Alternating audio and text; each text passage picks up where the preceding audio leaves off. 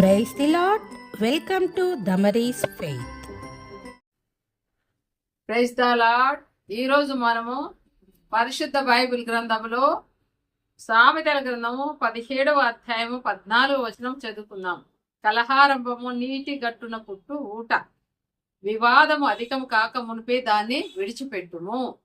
యొక్క సొలొమోను మహారాజు ఈ సామెతల గ్రంథాన్ని రాసి చెబుతా ఉన్నాడు. ఏమని చెప్తా ఉన్నాడు? కలహారంభము నీటి గట్టున పుట్టు ఊట. కలహము అంటే గొడవ, కొట్లాట. కలహారంభము అంటే మొట్టమొదట చిన్న గొడవ స్టార్ట్ అయింది అనుకో, అది కలహారంభం. చిన్న గొడవ స్టార్ట్ అయ్యి అది పెరిగి పెద్దదైపోతుంది. అట్లనే కలహారంభము నీటి గట్టున పుట్టు ఊట. నీటి గట్టు, ఒక నీటి కొలను ఉంది, కొలను దగ్గర ఒక గట్టు ఉంది, కట్టగట్టు ఉంది. దాని దగ్గర ఒక ఊట వస్తుంది అనుకో, నీళ్లు. ఆ నీళ్ళు ఏమవుతాయి? ఆ నీళ్లు తెగి ఇంకా వదిలిపెట్టినప్పుడు పోయి ఆ నీళ్ళన్నీ కూడా ఇంకా స్ప్రెడ్ అయిపోయి చాలా ఎక్కువైపోతాయి. ఇంకా ఆ నీళ్ళని ఆపలేదు. కలహారంభం కూడా నీటి గట్టున పుట్టు. ఏ విధంగానైతే ఈ నీటి గట్టున, ఆ నీటి కొలను దగ్గర ఆ యొక్క ఊట వస్తుంటది. అవి జలాలు, నీళ్లు పైకి వస్తూ ఉంటాయి కదా, ఊట పైకి వస్తూ ఉంటే ఇంకా దాన్ని ఆ ఊట పైకి వస్తూ ఉంటుంది. దాన్ని కనుక ఆపేయకపోతే, దాన్ని ఆపేస్తే అవి ఆగిపోతుంది రాకుండా.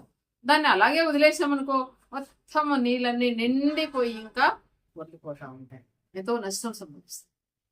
ఆ విధంగానే మానవుని జీవితంలో కూడా ఆ యొక్క కలహము, గొడవ చిన్నగా స్టార్ట్ అయిపోయి దాన్ని గనక సరి చేసుకోకపోతే అదేమవుతుంది? పెరిగి పెరిగి పెరిగి ఎంతో నష్టానికి దారి తీస్తుంది. అదే సొలొమోను మహారాజు అంటా ఉన్నాడు. ఏమంటా ఉన్నాడు? కలహారంభము నీటి గట్టున పుట్టు ఊట, వివాదము అధికము కాక మునిపే దాన్ని విడిచిపెట్టుము.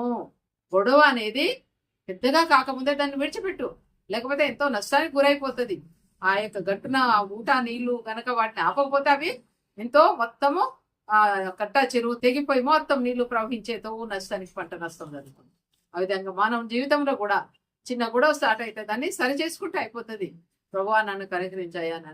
ముఖ్యంగా దేవుని నమ్మిన పిల్లలు, క్రైస్తవులు, విశ్వాసులు, దేవుని పిల్లలు చిన్న గొడవ స్టార్ట్ అయినప్పుడు దాన్ని ఏం చేయాలి? దేవుని వాక్యం మనతో మాట్లాడుతుంది. గొడవ అది అధికం కాకముందే దాన్ని విడిచిపెట్టంటున్నాడు సొలొమోను మహారాజు. అందుకే ఆయన 1 కొరింథీ 11వ అధ్యాయంలో అంటాడు, 28వ వచనంలో, యేసు ప్రభు మరి ఆ యొక్క యేసు ప్రభు యొక్క శరీరాన్ని, రక్తాన్ని ఏమని పరీక్ష చేసుకుంటారు? నిన్ను నీవే పరీక్ష చేసుకో, నీకే వదిలేస్తాడు దేవుడు.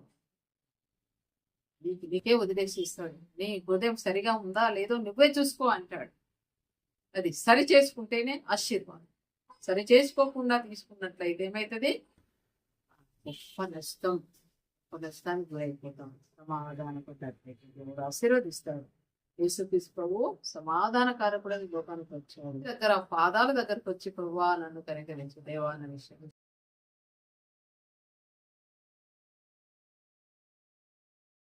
ఈ లోకంలో కొన్ని దినాలు, కొన్ని సంవత్సరాలు అంతవరకే ఈ మట్టి శరీరం, మట్టి దేహం, మట్టి పాలైపోవాల్సిందే.